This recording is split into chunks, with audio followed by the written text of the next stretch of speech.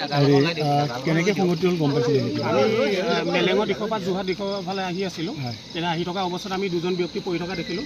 পৰি থকা দেখাৰ পিছত আমি ঘূৰি আহি পানি আমি চালোঁ যে দুজন ব্যক্তি পৰি আছে।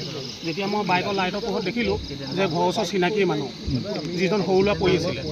লাষ্টত ডাঙৰ মানুহজন কাষতে পৰি আছিলে। আমি ওচৰলৈ গ'লোঁ, সৰু মানুহজন থিয় হৈ গ'ল। আমি সুধিলোঁ কি হ'ল কি নহ'ল সুধিলোঁ যে দুইজনে পৰি আছে আৰু আমি জনামতে যিমানটো দেখিছোঁ তেওঁলোকে মাদক দ্ৰব্য খাই আছে হয়।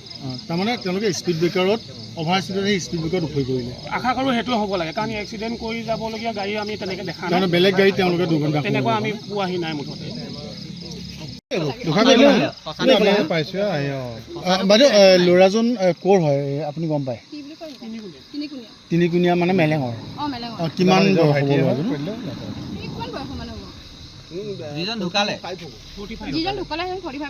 নামটো মনোজ ন? আপুনি দেখিছিলে নেকি? নাই দুৰ্ঘটনা মই একো দেখা নাই। মুঠতে মই তেখেতসকল পৰি থকাহে দেখিছোঁ। তাৰপৰা আহি পেলাই দেখিছোঁ যে তেখেত মোৰ হাজবেণ্ডৰ চিনাকি কাৰণে তেখেতে ক'লে যে আমুক হয় বুলি। আৰু পৰি থকা এজনো আমাৰ চিনাকি, কাৰণ তেখেতে ক'লে যে আমাৰ চিনাকি হয়। তাৰপিছতে তেখেতক পানী চানী ঢালিছে মেলিছে। বেলেগ গাড়ীত দুৰ্ঘটনা নাই হোৱা ন? তেওঁ নিজে স্পীড ব্ৰেকাৰত উফৰি আহিছে, মানে হাই স্পীড আছিলে তেখেত। মেবি হ'ব পাৰে চাগে, মই নাজানো, কাৰণ সেইখিনি মই নাই দেখা। অকল মই পৰি থকা দেখিছোঁ, মই অকল সেইটোৱে গম পাওঁ। তাৰ আগত কি হৈছিলে মই একো নাই দেখা, মই গম নাপাওঁ। তেতিয়ানে মাদক দ্ৰব্য খাই আছিল নেকি? খাইতো আছিলে। খাই আছিলে ন?